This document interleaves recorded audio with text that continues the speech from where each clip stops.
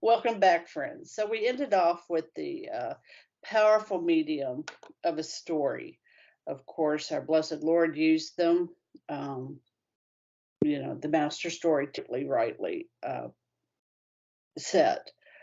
Um, so as we go into, well, I guess we could take care of some of the mechanics of how you wrote this particular book, and then we can go into the genre itself.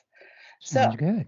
so tell us about did you how did you choose to publish this book? What was the word processing program you might have used?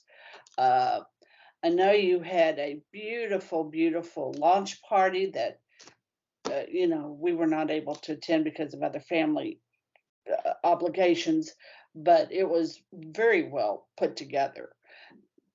So to me that seems like you must have a lot of helpers or to help you with these very facets of publishing. Well, not really. I'm kind of a weird guy in that I like to get my fingers in virtually everything.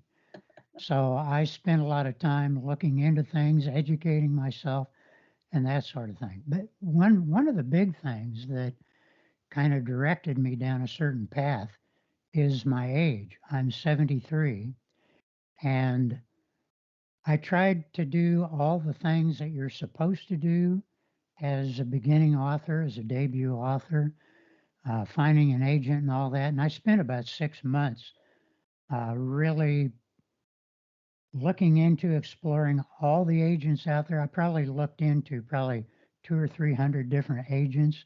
There's a great online tool for finding agents and tracking your contact to those agents. I did all those things. But after 6 months of that, I realized, wait a minute, Bill, you're not 30.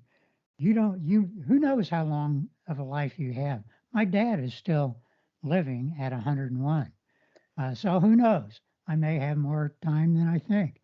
But as you see the end of your life approach, you have a different perspective than other people. So I thought, I'm not going to look for an agent, which is the only way of getting in contact with a traditional publisher. So I started going down the self-publishing route. And it's difficult on the one hand because everything rests on you. But on the other hand, you have control of everything, which for an artist can be an absolutely wonderful thing. So I decided to self publish. I'm actually my own publisher. My imprint name is Blue Sevens. Uh, you have to have an imprint. You have to be a publisher in order to get uh, a collection of ISBNs, which you need to be able to publish. So I self-publish. I noticed here on the mechanics of publishing a book, you asked about word processor. I use a program called Scrivener, which is available for either Mac or PC. It is a wonderful resource to have. It's not just a word processor, though it is that, and a very powerful one, but it's really aimed at authoring. It's really aimed at putting your words ultimately into a book form. It has all kinds of other things, like you can collect any web research that you've done, your own general thoughts. You can do outlining. They have a thing in there that's like a cork board. You can stick up 3x5 cards if you want, if that's the way you work. It has virtually anything you can think of. If you want to flesh out your characters, you can put full bios for your characters, photographs of your characters. If you find them on the web, you say, hey, that guy or that woman looks like this character. You can collect all that stuff and put it in there. and have it very easy to access. So it's a great resource for authors. I recommend it highly. And it's cheap. I think it's like $40 for a, lifetime program for it. So you can't go wrong with it. You cannot go wrong. Did you buy like a bundle of ISBNs to Yeah, I bought a collection of 100 of them. And the way that they work it is you can buy one, or you can buy 10, or you can buy 100, or you can buy 1,000. It goes by factors of 10. But every time you move up in factors of 10, it only costs you twice as much more. So it doesn't make any sense to buy one. And if you're going to write more than one book, uh, I would really think about going for 100. Because if you write one book, you need one ISBN for every version of that. So you need one for a paperback, a hardback, an ebook version, and even an audiobook version. So right away, you've used up 4. So to me, it only makes sense to get 100. I that's what I had found. Um, with you, with did you so were you your publicist then for your launch party, or did you have someone to help guide you, because it was detailed, door prizes, video reviews. I don't know if you were able to do this a Zoom, but I know you had thought about it.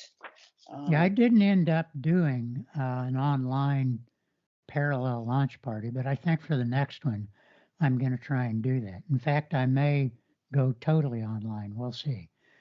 Uh, but this time, that was just one thing too many. I since myself and my wife were my publicists. Uh, but I did look into it, and it has a lot of interesting possibilities. Because if you do already have a following, and since I'm a debut author, I really don't have much of a following yet. But if you do, I think an online either parallel or the total party that way would really be a wonderful experience. Uh, Let me throw this in there. One of the major things for me in thinking about launching a book and all the fine things for doing it the right way to actually, yeah, you can get a book out there. If you have a complete manuscript, you can publish it tonight and it will be available tomorrow morning on Amazon. You can do that and it doesn't cost you a thing. However, there's so much to it that you don't want to miss. I think it's really important to learn from people that have been there before. And an incredible resource that I found is a man named Thomas Umstadt.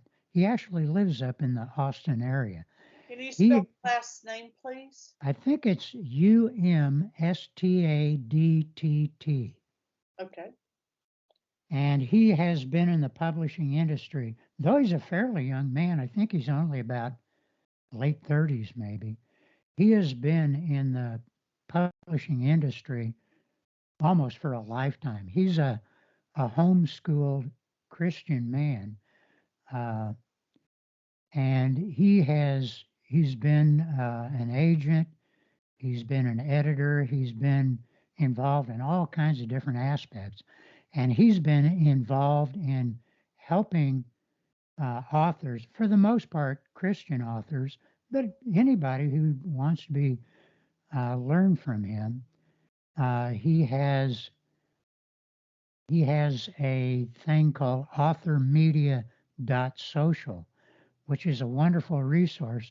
It's a community of authors, uh, and he participates in it all the time. But he also has I can't remember what it is right now, but I'll get the link for you and get that to you so you can publish it. He has a podcast that is just incredible. Uh, and I learned a lot from that. But also, he has a thing called, uh, I think it's called the Book Launch Pad or something like that. I'll get you the right link on that too. Sure. It's a month long. It's 4 weeks long of almost every day. And I spent at it probably anywhere between 5 and 10 hours a day. And that sounds like a great time commitment, but you learn so much. This is probably by far the very best educational experience I've ever had of any kind in my entire life. I was not prepared to take it on. It was not quite $1,000, and before I committed myself to it, my wife kept trying to talk me into it, and she said, "I really think you need to do this. You need to do this." And I thought, well, that's such a financial commitment and time commitment. But she eventually talked me into it. And I am so glad that I took it on because I learned so much there that I couldn't have learned in any other way. And it really prepared me for properly launching this book. And he has another thing that's called the 5-year author plan or something like that.